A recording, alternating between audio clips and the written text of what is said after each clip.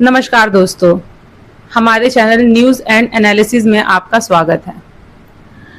आज बात करने जा रहे हैं, ये कोई केस तो नहीं बट ये किसी क्राइम से कम भी नहीं है।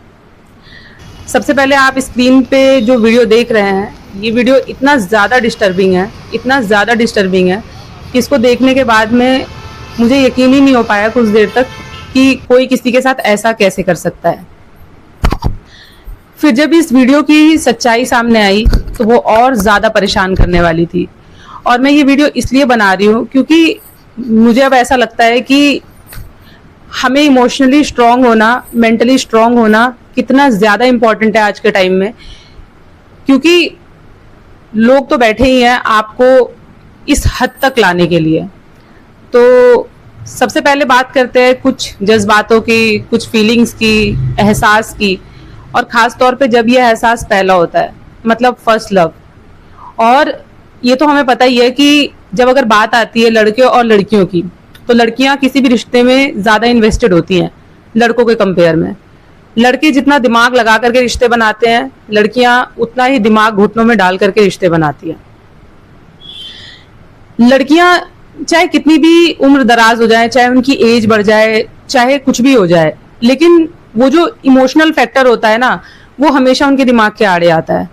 वो अपने दिमाग को हमेशा सेकेंडरी रखती हैं। अगर कोई व्यक्ति उनके सामने अपना असली चेहरा भी ला करके रख देगा ना, फिर भी उनकी पहली कोशिश यही होती है कि इसे मैं बदल सकती हूँ या ये इंसान ऐसा नहीं है।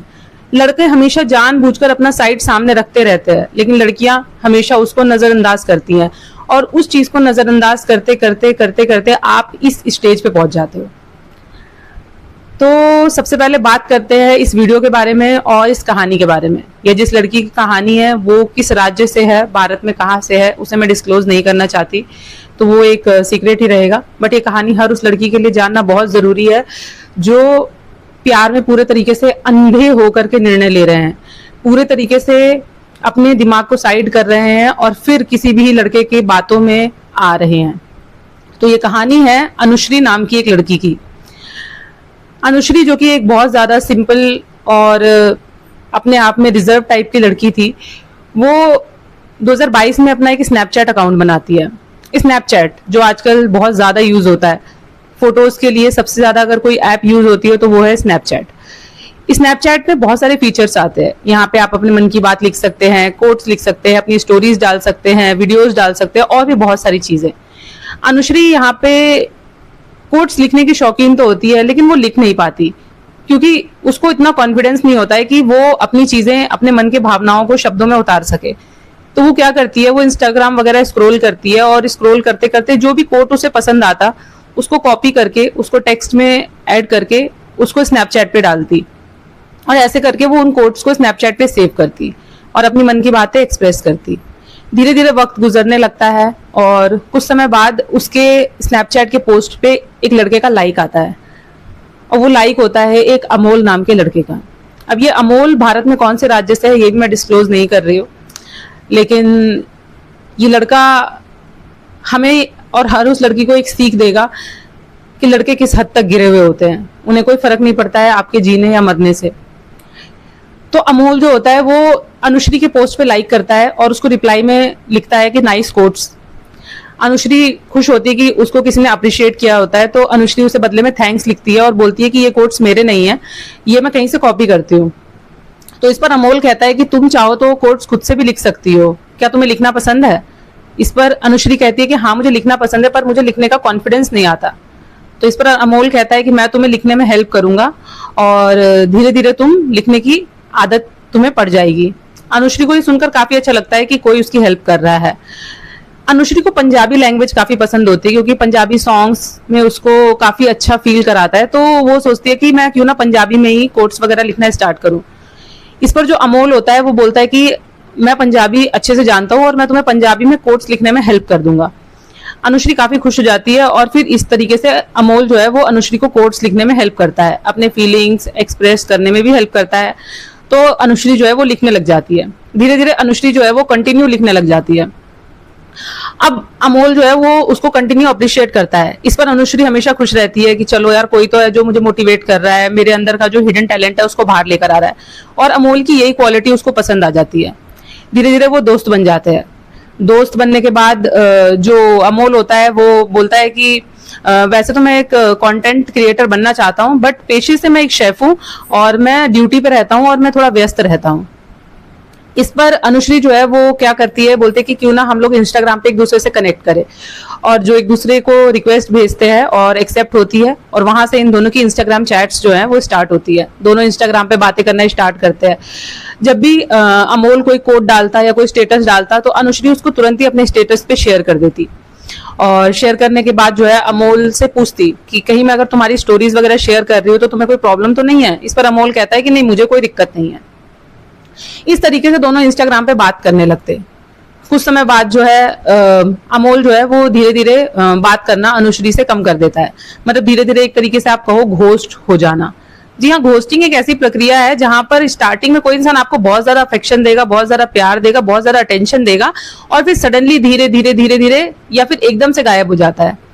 जो लोग एकदम से गायब हो जाते हैं उसे तो घोस्टिंग बोलते हैं, लेकिन कुछ लोग जो होते हैं वो एकदम से गायब नहीं होते, क्योंकि उन्हें पता होता है कि वो आपकी मेंटल हेल्थ के साथ किस तरीके से आगे खेलने वाले हैं, और इसलिए वो एक इंटरेस्ट बनाए रखते हैं। क्योंकि अगर कोई व्यक्ति अचानक से गायब हो जाएगा तो हम लोग उससे इंटरेस्ट लूज कर देते हैं, लेकिन जो इंसान धीरे धीरे गायब होता है उससे कहीं ना कहीं हमें एक, हमारा माइंड हमेशा एक भ्रम की स्थिति में बना रहता है कि क्या पता कोई प्रॉब्लम चल रही हो, क्या पता कोई दिक्कत हो रही हो, इस वजह से इंसान बात नहीं कर पा रहा है, और इसी बात का सामने वाला इंसान जो है वो बहुत अच्छे से फायदा उठाता है।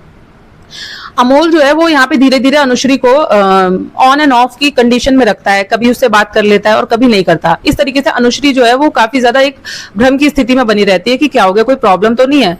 फिर एक दिन अमोल उसको कॉल करता है और उससे बोलता है कि क्या तुम मुझे कॉल बैक कर सकती हो। तो इस पर अनुश्री बोलती है कि पहले तो वो थोड़ा हिचकिचाती है, लेकिन फिर वो अपना नंबर अमोल को दे देती है, और इस तरीके से अमोल उसे कॉल करता है, और कॉल करके उसको ये बोलता है कि यार देखो, मेरे पास ना दो चीजें होती हैं करने के लिए।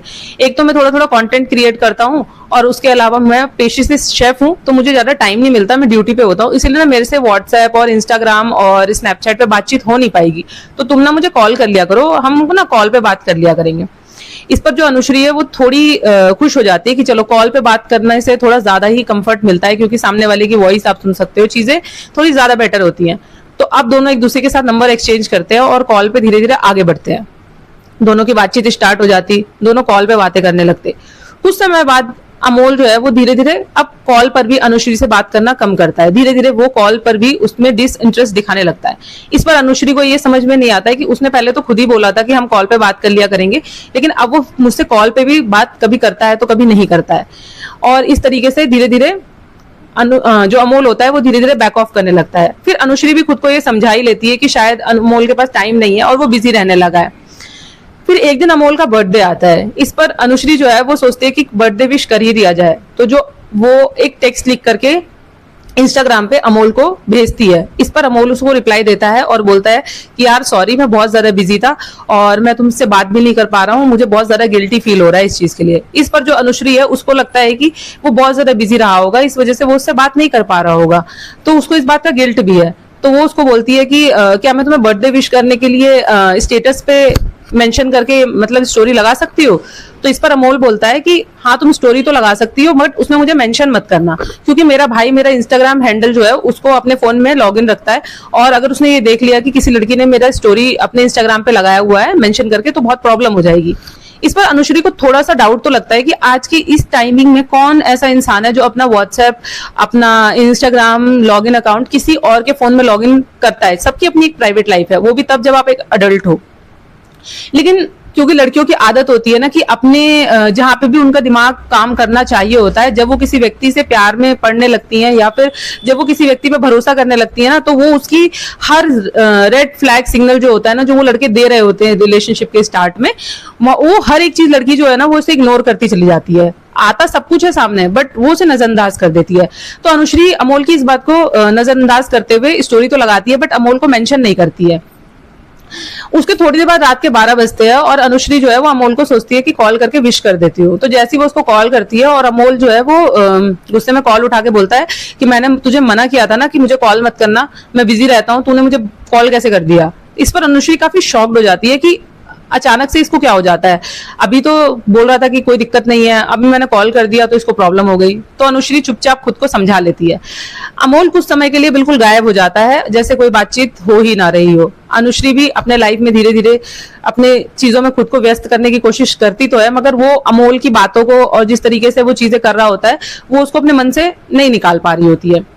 कुछ समय बाद अनुश्री अपनी लाइफ में वापस बैक टू नॉर्मल हो ही रही होती है कि अमोल का फिर से एक मैसेज आता है, और इस बार वो उसको मैसेज करके बोलता है, हेलो कैसी है। अनुश्री ना चाहते हुए भी रिप्लाई देने पे मजबूर हो जाती है, और वो उसको रिप्लाई करते हुए बोलती है, मैं ठीक हूँ, तुम कहाँ हो, कैसे हो, बहुत ज्यादा गायब गायब से रहते हो। इस पर अमोल कहता है कि यार मैं थोड़ा ना तुझसे कुछ शेयर करना चाहता हूँ। तो वो बोलती है कि बता। तो वो उसको बोलता है कि मेरी ना एक गर्लफ्रेंड है, यानी कि मेरी एक्स गर्लफ्रेंड है, तो मैं ना उसकी वजह से ही थोड़ा परेशान चल रहा था। तो वो ना पूरी शॉक्ड हो जाती है, क्योंकि अमोल ने स्टार्टिंग में उससे ये बोला होता है कि वो सिंगल है पूरी तरीके से, उसकी कोई गर्लफ्रेंड नहीं है, लेकिन अब वो उससे बोलता है कि उसकी एक एक्स गर्लफ्रेंड है। इस पर भी अनुश्री शॉक्ड हो जाती है, और वो अमोल से क्वेश्चन करती है कि लेकिन तुमने तो कहा था कि तुम सिंगल हो। तो इस पर अमोल बोलता है कि हाँ वो मेरी एक रिलेशनशिप था, लेकिन अभी ना हम लोग 4-5 महीने से ना ब्रेकअप जैसा ही जोन में है, मतलब हमारा कोई खास रिलेशनशिप चल नहीं रहा है, तो इसलिए मैंने तुझे नहीं बताया, क्योंकि जो रिलेशनशिप खत्म होने वाला है उसके बारे में क्या बात करनी। तो इस पर अनुश्री थोड़ा कंफर्ट जोन में आती है और बोलती है कि लेकिन ये बात तो तू मुझे बता सकता था ना। तो वो बोलती है कि तो अभी उस लड़की का क्या सीन है। तो वो उस पर अमोल उसको बोलता है कि अब उसका कोई सीन नहीं है और हमने प्रॉपर ब्रेकअप कर लिया है, और मैं ना तुझसे बात करना चाहता था बहुत टाइम से। तो अनुश्री बोलती है बताओ क्या बात करनी है। तो वो बोलता है कि तू मुझे पसंद करती है क्या। तो वो बोलती है कि हाँ मैं तुझे पसंद करती हूँ। तो इस पर अमोल बोलता है कि अगर तू मुझे पसंद करती है तो तूने ये बात मुझे बताई क्यों नहीं। तो वो बोलती है कि मैंने इसलिए नहीं बताई कि तू हमेशा ऑन एंड ऑफ पे रहता था, मुझे कभी भी ब्लॉक कर देता, कभी भी अनब्लॉक कर देता, तो मैं सोचती अगर मैं तुझे बता दूंगी तो कहीं जो हमारी दोस्ती है वो भी ना खत्म हो जाए, इसलिए मैंने तुझे कभी नहीं बताया। इस पर अमोल उसको बोलता है कि मैं भी तुझे पसंद करता हूँ और मैं ना तेरे साथ ही रहना चाहता हूँ। इस पर अनुश्री बोलती है कि तो तू मुझे फिर से ब्लॉक अनब्लॉक ये सब तो नहीं करेगा। तो बोलता है पागल है क्या, मैं अब ऐसा कुछ नहीं करूंगा, मैं तुझे छोड़कर कहीं नहीं जाऊंगा। अनुश्री भी उसको प्रॉमिस कर देती है, और अमोल उसको बोलता है कि मैं तुझसे फ्यूचर में शादी करूंगा। अनुश्री पूरा कंफर्ट हो जाती है। धीरे धीरे दोनों की बातचीत गहरी होने लगती है, दोनों वीडियो कॉल्स पे बात करने लगते हैं। वो शेफ की ड्यूटी के दौरान उससे बात करता है, और ये अपने पढ़ाई वढ़ाई के दौरान बातें करने लगती है। दोनों की बातें काफी गहरी हो जाती हैं। एक दिन अमोल अनुश्री से बोलता है कि मैं तेरे बारे में ना अपने घर वालों को बताने जा रहा हूँ, तू भी अब मेरे बारे में ना अपने घर में बता दे। अनुश्री पहले थोड़ा शॉक्ड होती है, लेकिन फिर वो सोचती है कि कोई लड़का अगर इतना अश्योरेंस दे रहा है तो वो जरूर भविष्य में उससे शादी जरूर करेगा, और वो उसके लिए बहुत ज्यादा सीरियस है। अनुश्री बोलती है कि ठीक है मैं अपने घर में तेरे बारे में बता देती हूँ। अमोल भी जाके अपने पेरेंट्स को अनुश्री के बारे में बता देता है कि मेरे साथ एक लड़की है और ऐसा ऐसा सीन है, बट वो अपने घर वालों को क्या बोलता है इस बारे में कोई क्लियर कन्फेशन नहीं किया उसने। लेकिन अनुश्री जो है वो अपनी मम्मी को क्लियर कट बता देती है कि मेरी लाइफ में एक अमोल नाम का लड़का है, हम लॉन्ग डिस्टेंस रिलेशनशिप में हैं, और मैं उससे कभी मिली नहीं हूँ सामने से, लेकिन हम लोग वीडियो कॉल से बात करते हैं, और ऐसी ऐसी बात है, मैं उसको बहुत ज्यादा पसंद करती हूँ और भविष्य में हम लोग शादी करना चाहते हैं। इस पर अनुश्री की जो मम्मी होती है वो बोलती है कि ठीक है, लेकिन पहले मैं थोड़ा लड़के को क्रॉस चेक करूंगी और मैं भी उससे बात करना चाहती हूँ। तो अनुश्री जब अमोल से ये बात बोलती है तो अमोल बोलता है कि मुझे कोई प्रॉब्लम नहीं है तेरी मम्मी से बात करने से, तू जब चाहे मेरे से बात करा दे। तो इस पर अनुश्री जो है वो वीडियो कॉल पे अमोल से अपनी मम्मी की बात कराती है।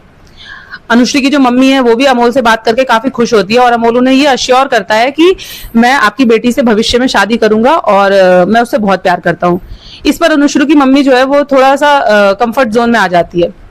धीरे धीरे बातें इतनी गहरी हो जाती है कि जब कभी अनुश्री का कॉल नहीं लगता तो अमोल उसकी मम्मी के नंबर पे कॉल कर देता है कि आंटी अनुश्री कहाँ है, मेरी उससे बात करा दो, वो ठीक तो है ना, उसकी तबीयत तो नहीं खराब है। ये सब देख करके अनुश्री की मम्मी को बहुत ज्यादा एक सिक्योर वाली फीलिंग आती है कि चलो मेरे से ज्यादा भी कोई है जो अनुश्री की फिक्र करता है।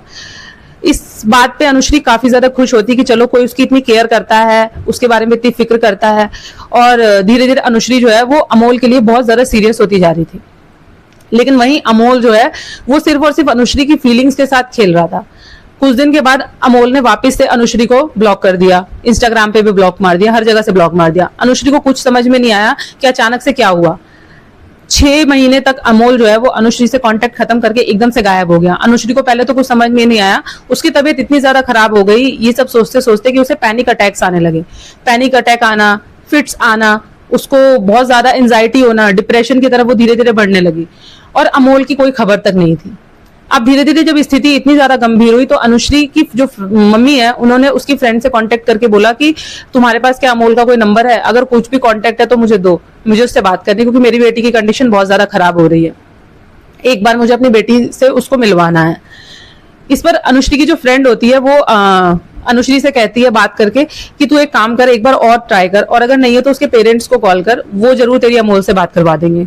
अनुश्री बहुत हिम्मत करके कॉल मिलाती है अमोल के पेरेंट्स को, और वो उसका मैसेज जो है वो अमोल तक पहुंचा देते हैं, और उसके बाद अमोल जो है वो अनुश्री को कॉल करता है और उसको बोलता है कि तू ना पूरी साइको हो चुकी है, तेरे को समझ नहीं आता है, जब अगर मैं बिजी हूँ, तेरा कॉल नहीं उठा रहा हूँ या फिर मैं कुछ कर रहा हूँ तो तुझे ये बात समझनी चाहिए ना, तुझे हर चीज का मुझसे क्वेश्चन करना है, हर चीज के बारे में जानना है, इसलिए मैं ना तुझसे इरिटेट हो गया था और इसलिए मैं चला गया था, लेकिन चल ठीक है कोई बात नहीं, गलती को तू सुधार, तो मैं अब तेरे साथ रहना चाहता हूँ। इस पर जो अनुश्री है वो फिर से एक कंफर्ट जोन में आ जाती है कि चलो अमोल जो है वो वापस आ गया है।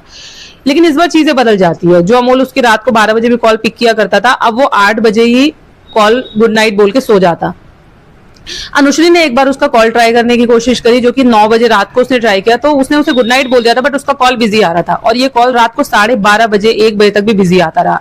अनुश्री ने सेम चीज अगले दिन ट्राई करी और फिर सेम चीज हुई, 12:30 1 2 बजे तक भी उसका फोन बिजी ही आता, लेकिन वो उसको गुड नाइट बोल के सो जाता। अगले दिन जब अनुश्री ने क्वेश्चन किया कि तुम्हारा फोन रात को 2 बजे तक बिजी आता है, लेकिन तुम मुझे तो गुड नाइट बोल देते हो, तो वो बोलता है कि मैं तुझे हिसाब क्यों दूं, तू है कौन, तू क्या मेरी गर्लफ्रेंड लग रही है, मैं तुझे कुछ नहीं समझता हूँ, तो तू मेरे पीछे क्यों पड़ी रहती है, मैं तुझे अपने हर मोमेंट का हिसाब नहीं दे सकता। इस पर अनुश्री बोलती है कि तुमने ही तो कहा था कि मैं तुमसे कुछ भी सवाल कर सकती हूँ, तुम मेरे लिए सीरियस हो। तो वो बोलता है कि देख, तुझे मुझसे बात करनी है तो 8 बजे के पहले कॉल किया, अगर 8 बजे के बाद मेरे पास कॉल मिलाने की जरूरत नहीं है। अनुश्री धीरे धीरे मेंटली ब्रेकडाउन की तरफ जा रही होती है, और अमोल अपनी लाइफ में पूरे तरीके से खुश होता है, इंजॉय कर रहा होता है, ना वो अनुश्री को छोड़ रहा होता है, ना वो अनुश्री को कुछ बता रहा होता है। कुछ टाइम के बाद अमोल जो होता है वो अनुश्री को फिर से ब्लॉक कर देता है, इंस्टाग्राम से लेकर हर जगह, और पूरे तरीके से गायब हो जाता है। इस बार अनुश्री की कंडीशन पहले से भी कहीं ज्यादा बेकार हो जाती है, वो कुत्तों की तरह हरकत करने लग जाती है, उसकी हरकतें कुछ इस टाइप की हो जाती है जैसे एक परेशान जानवर जो पागलपन की तरफ बढ़ रहा होता है, अब वो मेंटली पागलपन की तरफ बढ़ने लगती है। अब उसकी फ्रेंड और उसके पेरेंट्स ये देखकर बहुत ज्यादा परेशान हो जाते हैं कि आखिर ये हो क्या रहा है। उसके कुछ समय बाद उसकी मम्मी बोलती है कि अब बस बहुत हुआ, अब हमारी बेटी किसी और की वजह से टॉर्चर बर्दाश्त नहीं करेगी, और उसकी फ्रेंड बोलती है कि आप उसके पेरेंट्स को कॉल लगाओ और उसके सामने बात करके देखो कि वो क्या बोलता है, क्या वो अनुश्री को चाहता है, क्या वो अनुश्री के साथ रहना चाहता है, जो भी है फैसला साफ हो। इस पर अनुश्री की मम्मी जो है वो अनुश्री के सामने ही फोन मिलाती है, उसके पेरेंट्स ऑन कॉल होते हैं और अमोल फोन उठाता है, और जब वो उससे पूछती है कि क्या तुम अनुश्री के लिए सीरियस हो, क्या तुम उसके साथ रहना चाहते हो, तो वो सीधे एक ही जवाब देता है कि मैं अनुश्री जैसी साइको लड़की के साथ नहीं रहना चाहता, ये पागल है, इसको हर मोमेंट का हिसाब चाहिए होता है, मैं कहाँ हूँ, क्या कर रहा हूँ, किसके साथ हूँ, हर मोमेंट का हिसाब चाहिए होता है। मेरे पास लाइफ में और भी ज्यादा काम है, मैं पूरे दिन घर में नहीं बैठा रहता हूँ, और मैं ऑलरेडी किसी और के साथ हूँ, और मैं पहले भी किसी और के साथ था। ये सुनकर अनुश्री उस कंडीशन में और ज्यादा टूट जाती है, वो पूरे तरीके से रोने लग जाती है, लेकिन उसकी मम्मी फोन कट कर देती है और अनुश्री को समझाती है कि देख, जिस लड़के के लिए तूने इतना ज्यादा खुद को तोड़ दिया है, जितना ज्यादा तूने अपने आप को डिप्रेस कर लिया है, वो लड़का कभी तेरे साथ था ही नहीं, वो ऑलरेडी किसी और लड़की के साथ में है। लेकिन अनुश्री जो है वो इस बात को मानने से इनकार कर देती है, वो अभी भी अपने डिल्यूजन वाली दुनिया में होती है कि नहीं, अमोल सिर्फ मेरा है, वो सिर्फ मुझसे प्यार करता है, वो सिर्फ मेरी फिक्र करता है, जबकि वो लड़का तो अपने लाइफ में कुछ और ही कर रहा होता है। धीरे धीरे कुछ समय के बाद लड़की की कंडीशन में थोड़ा सुधार होता है, लेकिन अभी भी प्रॉपर सुधार नहीं हो पाया, अभी भी वो डिप्रेशन से बाहर नहीं है। एक ऐसे लड़के के लिए जिसको उसने देखा तक नहीं, जिससे वो मिली ही नहीं, उस लड़के के लिए उसने अपनी पूरी जिंदगी और अपना पूरी मेंटल हेल्थ को दांव पे लगा दिया। यही होती है हम लड़कियां, जब लड़के बार बार सिग्नल दे रहे होते हैं लेकिन आप फिर भी ट्रस्ट करते हो, जब आप लॉन्ग डिस्टेंस रिलेशनशिप में हो, जब आप किसी व्यक्ति के साथ होते हो, सामने होते हो, तब वो लड़का कहाँ बिजी है या वो लड़की कहाँ बिजी है, वो क्या कर रही है, वो आपको धोखा दे रही है, नहीं दे रही, ये सब चीजें आप अपनी आंखों के सामने देख सकते हो, परख सकते हो, चीजें चेक कर सकते हो। लेकिन एक लॉन्ग डिस्टेंस रिलेशनशिप में सामने वाला इंसान आपको ब्लॉक कर रहा है, अनब्लॉक कर रहा है, वो इंसान आपसे एकदम से अटेंशन दे रहा है या नहीं दे रहा है, हो सकता है वो इंसान आपसे प्यार से बातें कर रहा हो, आपका खाना पूछ रहा हो, आपसे हर चीज कर रहा हो, लेकिन बैक साइड वो किसी और के साथ पता नहीं क्या कर रहा हो, और ये आप कभी चेक नहीं कर पाते। और जब आप क्वेश्चन करोगे तो बदले में आपको ये जवाब मिलेगा कि तुम शक करती हो, तुम बहुत ज्यादा साइको हो, तुम बहुत ज्यादा मेरे पीछे पड़ी रहती हो या मेरे पीछे पड़े रहते हो। एक इंसान जो लॉन्ग डिस्टेंस में बहुत ज्यादा इन्वेस्टेड हो सकता है, वहीं दूसरा इंसान उसके पीठ पीछे क्या कर रहा होता है ये उसको कभी पता ही नहीं चलता। और जब उसे पता चलता है तो वो इस कंडीशन तक पहुंच सकता है जिसका सामने वाले को कोई अंदाजा नहीं होता, क्योंकि सामने वाले के लिए तो वो सब कुछ सिर्फ एक हंसी मजाक होता है।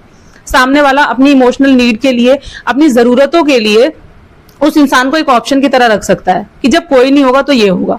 लेकिन वो इंसान जो उसको अपनी प्रायोरिटी मान बैठा है कि नहीं, ये इंसान ही सबसे ऊपर है मेरे लिए, जो उसे अपनी दुनिया बना बैठा है, जिसके लिए उसके सिवा उसकी कोई दुनिया ही नहीं होती है, उस इंसान को बदले में क्या मिलता है?